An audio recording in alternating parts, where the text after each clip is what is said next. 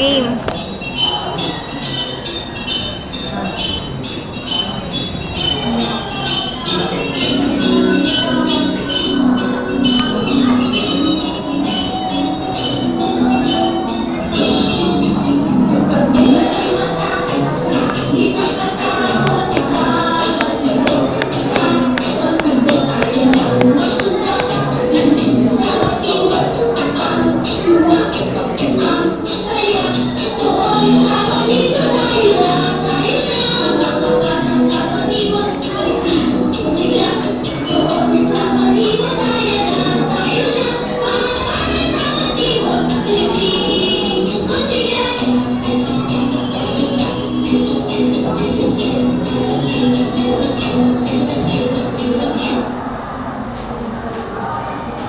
Magandang umaga mga bata!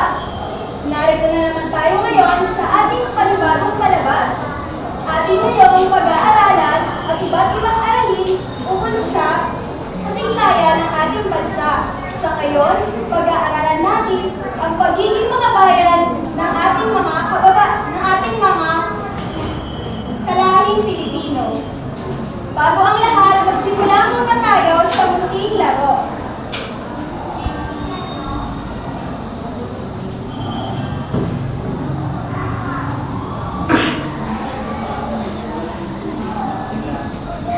Pangalay.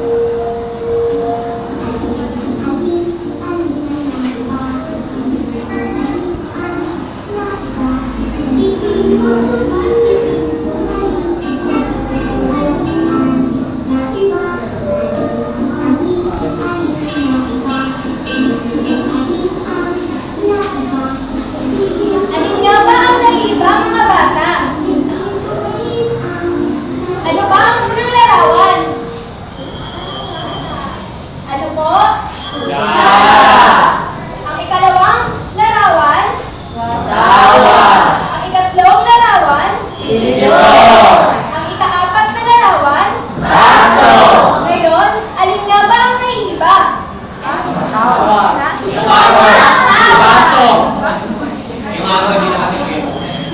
Bakit nga ba ang watawat ang naiiba? Pakisagot nga, Darren. Kasi siya lang mo yung hindi nagagamit sa pagkain. Tama. Ano nga ba ang watawat na makikita sa litrato? Watawat ito ng... Pilipinas! Tama. Watawat ito ng ating bansa, ang Pilipinas.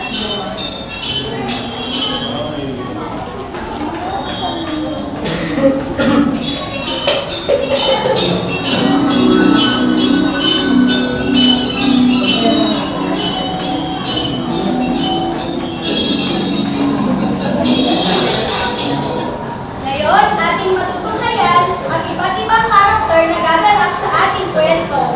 Si Ma'am Liza, si Coca, Aso, at si Ma'am Pitwit. Sila ang ating mga pangunahing karakter sa kwentong ito. Alin nga ba ang ating mga bagay na mga magagawa para maipakita ang ating pagiging makabayan? Sa isang paaralan, ginaganap ang seremonya para sa kanilang flag ceremony.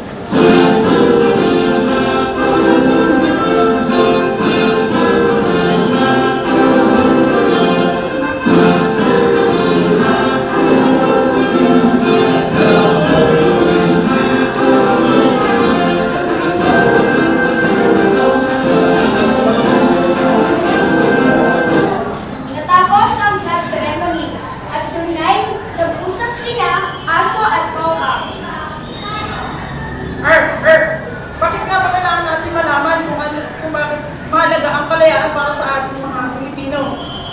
Kokak, ganito kasi. Di ko rin alam eh. Basta, tatanong lang natin kay Teacher Wit.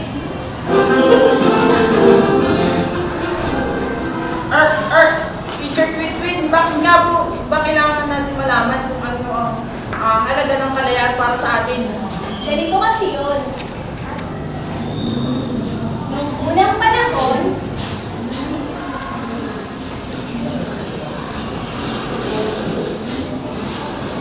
laganap ang digmaan sa ating bansa. Pinagsumikapan ng ating mga bayani upang makamit ang ating kalayaan. Ito ay pinaglaban ng ating mga manginang-inang bayani sa ating bansa. Ganun pa man, higit na nakikilala si Nagat Jose Rizal at Andres Bonifacio.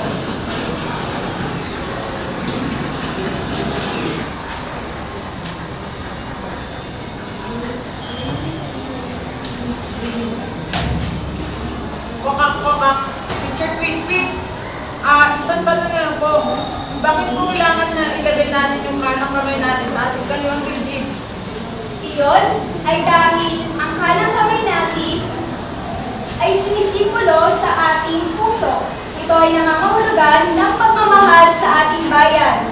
Kaya kung mapapansin natin, itinataas natin ang kanang kamay sa ating panunumpa, gayon din sa pag-awit ng ating pambansang awit. Kaya huwag niyong ikairita ang pag-awit ng ating national anthem. Naiintindihan niyo pa yon? Opo, Teacher Wit, maraming salamat po at maraming po kami natutunan mula po sa inyo. Hanggang sa susunod muli ah!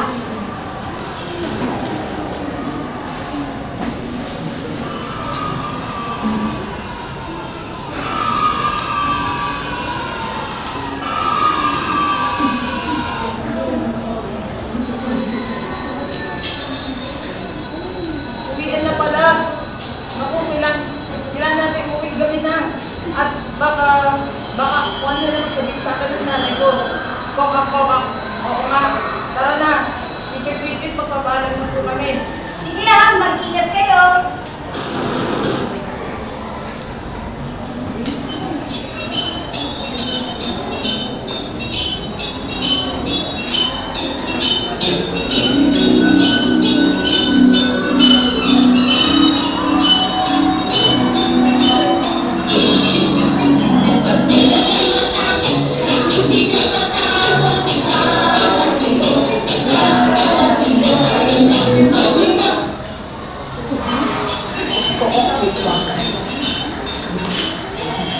Ayan mga bata, panibagong aral na